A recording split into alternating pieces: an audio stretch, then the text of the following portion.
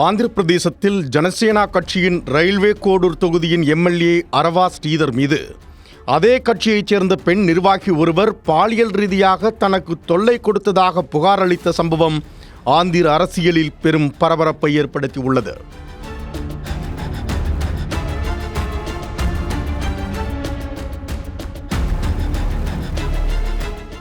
ஆந்திராவில் பெண் ஒருவர் வெளியிட்டுள்ள வீடியோ பதிவில், கடந்த 2024ஆம் ஆண்டு ஆந்திர ஜனசேனா கட்சியின் அரவா ஸ்ரீதர் எம்எல்ஏ ஆன பிறகு தன்னை திருமணம் செய்து கொள்வதாக கூறி பல இடங்களுக்கு அழைத்துச் சென்று நெருக்கமான பாலியல் உறவில் இருந்து வந்ததாக குற்றம் சாட்டியுள்ளார். மேலும் எம்எல்ஏ ஸ்ரீதருடனான பாலியல் உறவால் 5 முறை தான் கருக்கலைப்பு செய்துள்ளதாகவும் கூறியுள்ளார். மேலும் திருமணம் செய்து கொள்ள கேட்டபோது தன்னையும் தன் குடும்பத்தையும் எம்எல்ஏ ஸ்ரீதர் மிரட்டுவதாகவும், தன்னை ஏமாற்றிய எம்எல்ஏ ஸ்ரீதர் மீது நடவடிக்கை எடுக்க வேண்டும் என்றும் அந்த வீடியோ பதிவில் கூறியுள்ளார். இந்த புகார் சம்பவம் ஆந்திர அரசியலில் பெரும் பரபரப்பை ஏற்படுத்தியுள்ளது.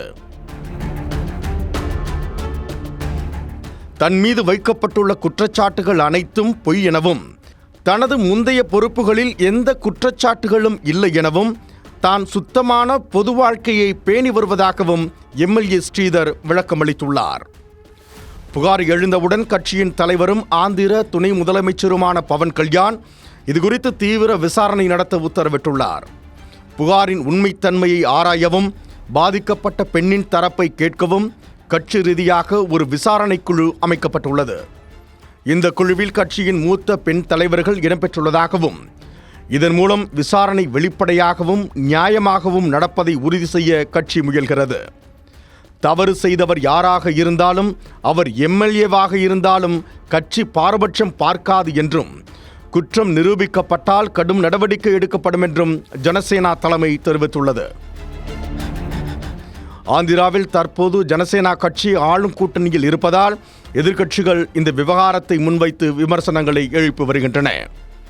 பெண்களின் பாதுகாப்பு மற்றும் கண்ணியத்திற்கு தனது கட்சி முன்னுரிமை அளிக்கும் என பவன் கல்யாண் தொடர்ந்து கூறி வருவதால் இந்த விசாரணை குழுவின் அறிக்கை மிகவும் எதிர்பார்ப்புக்குள்ளாகி உள்ளது.